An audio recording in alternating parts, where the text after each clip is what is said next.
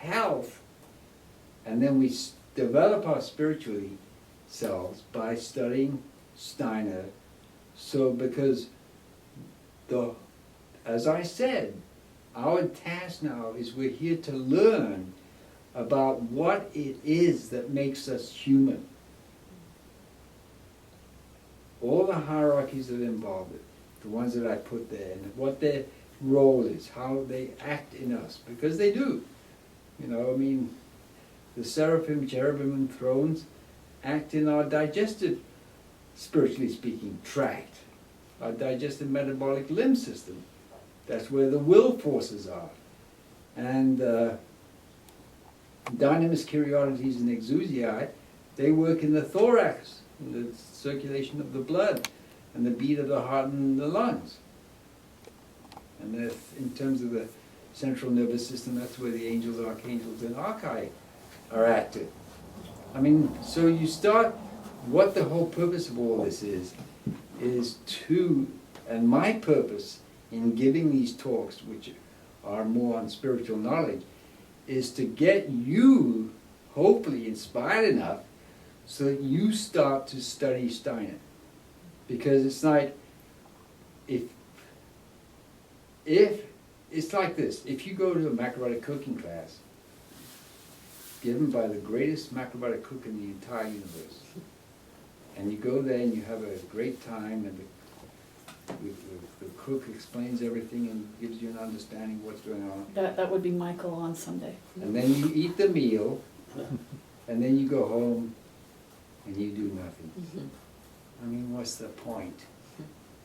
So that's really the what inspires me to give these lectures is one is selfish, there's no question about that, because it makes me have to study Steiner more so I can put this across to the best of my ability.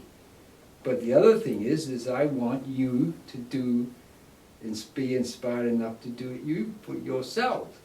So that because all this is about hard work. I mean, studying Steiner is no piece of cake. It definitely is not. And he admits that. He said, oh yeah, of course, everybody would like this to be difficult. I mean, easy. They would all like it to be easy and hard, but that's not the point. I mean, Michio Kushi used to recommend back in the old day, back in the day of 65 when he was giving his classes in his living room in Boston, he would recommend people study Steiner. He would. Because I got that first time from a guy who was there at those lectures at that time. Say that again, Cora.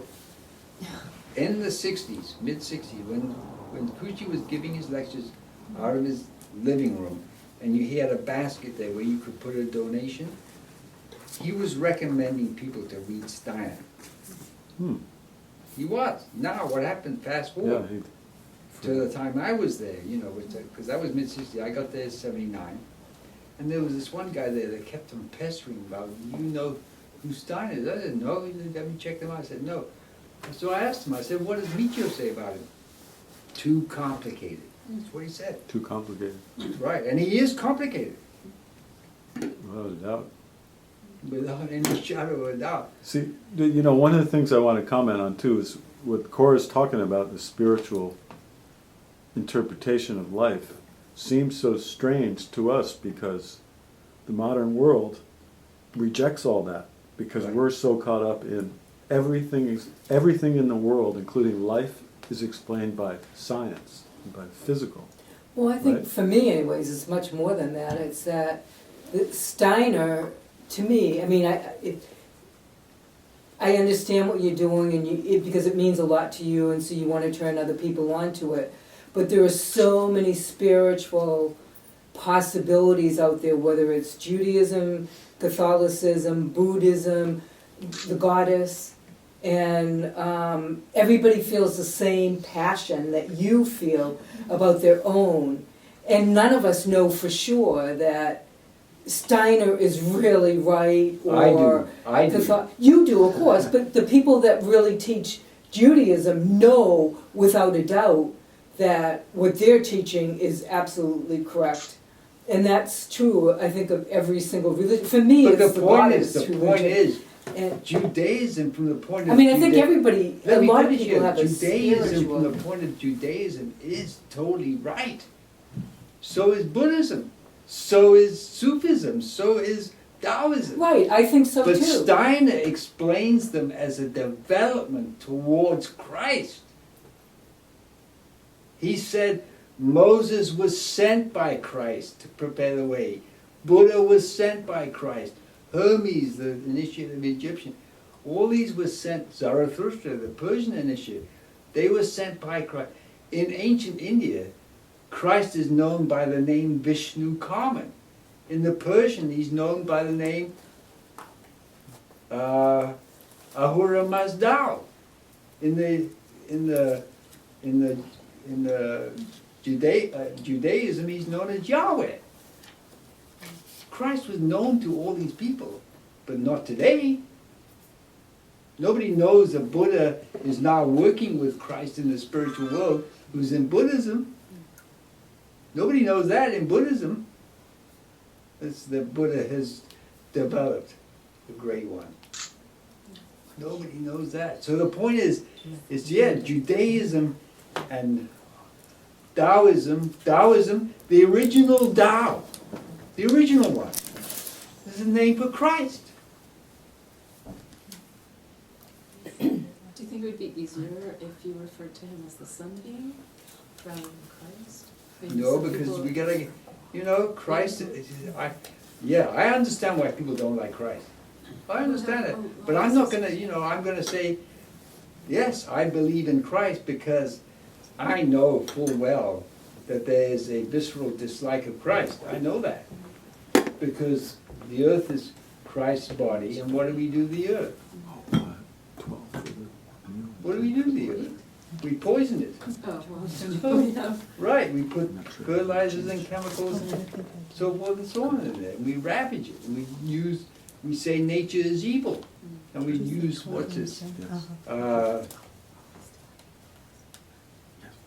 Genome, the whole genetic modification, what are they called? GMOs, Monsanto.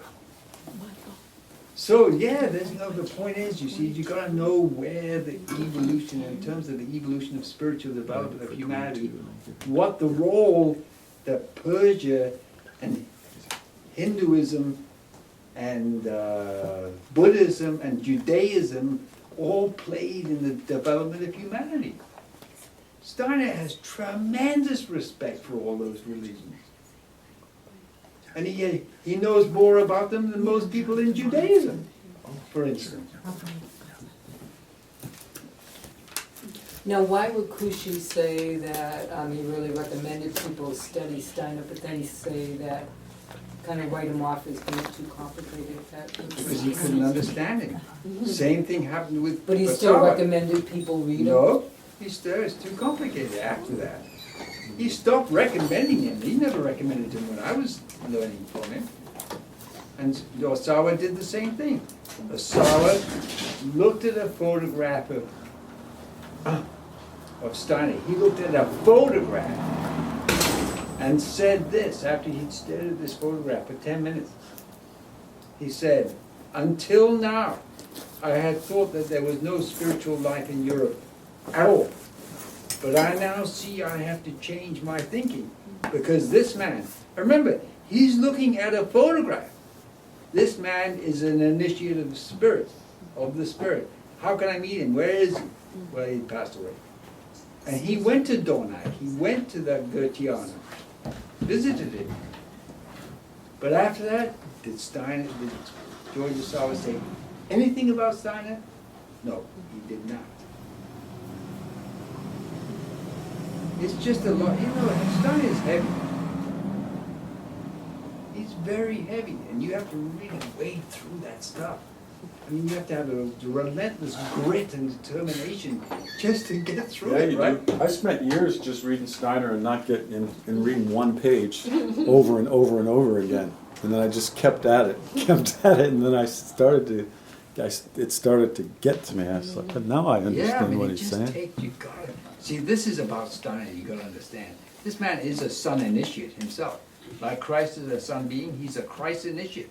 So, when he wrote his books, not the lectures, when he wrote his books, he wrote them in such a manner that when you read them, they awaken slumbering faculties in your astral body that start to, so to speak, germinate and grow. So like in my case, I read Outline of Occult Science, I got halfway through it and I just threw up my hands. No, forget this is way too over. But I pick it up a year later and it's like, whoa. So in the intervening period, only reading halfway through that book, it had awakened slumbering faculties in my soul, so that when I came back to it a year later, It exploded. it was just like, my goodness, That's the point. You have to understand who this man is. He had his previous incarnation, Aristotle. One between Aristotle and Steiner, St. Thomas Aquinas. Before that, he was the advisor to Alexander the Great. Before that, he was the advisor to Gilgamesh. This man has been through a lot of development. He's not just your ordinary common old garden philosopher. I'll tell you that. And what year did Steiner die? 1925, and he was killed. He was Yeah, assassinated. he was poisoned, right? Yeah, he was poisoned. People just don't get it, even people in anthroposophy don't get Steiner.